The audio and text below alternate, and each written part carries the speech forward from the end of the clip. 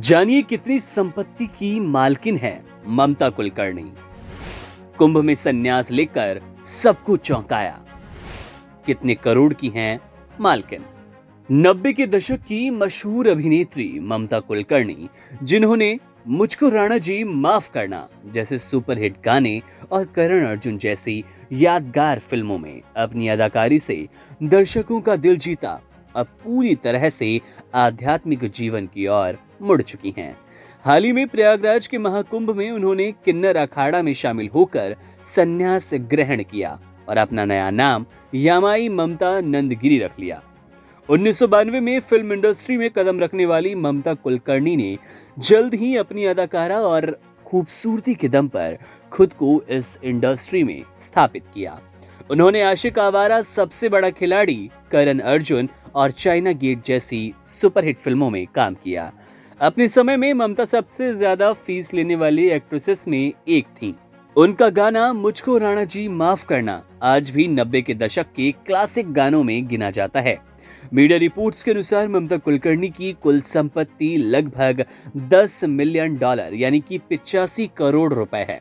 उन्होंने अपनी फिल्मी करियर के दौरान काफी संपत्ति अर्जित की। फिल्मों के अलावा ममता ने अपनी कमाई का बड़ा हिस्सा प्रॉपर्टी और दूसरे बिजनेसेस में इन्वेस्ट किया। इसके साथ ही उन्होंने विज्ञापन और ब्रांड एंडोर्समेंट जैसी अच्छी कमाई का जरिया चुना था।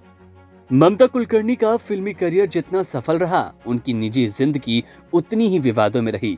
1993 का टॉपलेस फोटो शूट। ममता ने एक मैगजीन के लिए टॉपलेस पोज देकर पूरे देश में हलचल मचा दी। ये फोटोशूट काफी विवादों में रहा और ममता को आलोचनाओं का सामना करना पड़ा। इसके अलावा अंडरवर्ल्ड से कथित संबंध के लिए भी ममता सुर्खियों में रही। ममता का नाम अंडरवर्ल्ड डॉन छोटा राजन के साथ जोड़ा गया। कहा जाता है कि उन्होंने एक फिल्म के लिए अंडरवर्ल्ड डॉन के जरिए निर्माता पर दबाव डलवाया था। वहीं पर ममता कुलकर्णी का नाम ड्रग तस्करी के आरोपों में भी नजर आया। 2015 में ममता का नाम एक 2000 करोड़ रुपए के ड्रग कार्टेल में सामने आया। उनके पति विक्की गोस्वामी को इस मामले में मुख्य आरोपी बताया गया। हालांकि ममता ने इन आरोपों से इनकार किया। वहीं पर कुछ समय बाद ममता भारत से लगभग 2000 किलोमीटर दूर यानी कि दुबई में रहना पसंद करने लगी। 2016 में ममता ने खुद को सन्यासी घोषित किया। उन्होंने कहा कि अब उनका ध्यान केवल धार्मिक और आध्यात्मिक कार्यों में है। हाल ही में महाकुंभ के दौरान उन्होंने किन्नर अखाड़ा में शामिल होकर अपना नाम बदलकर यामाई ममता नंदगिरी रख लिया।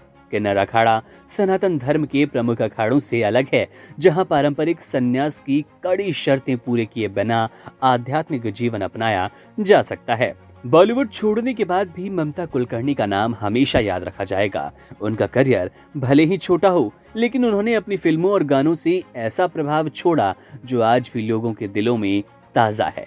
विवादों और कठिनाइयों से घिरे होने के बावजूद ममता का जीवन अब एक नई आध्यात्मिक राह पर है और उनकी यात्रा और भी ज्यादा दिलचस्प होती जा रही है।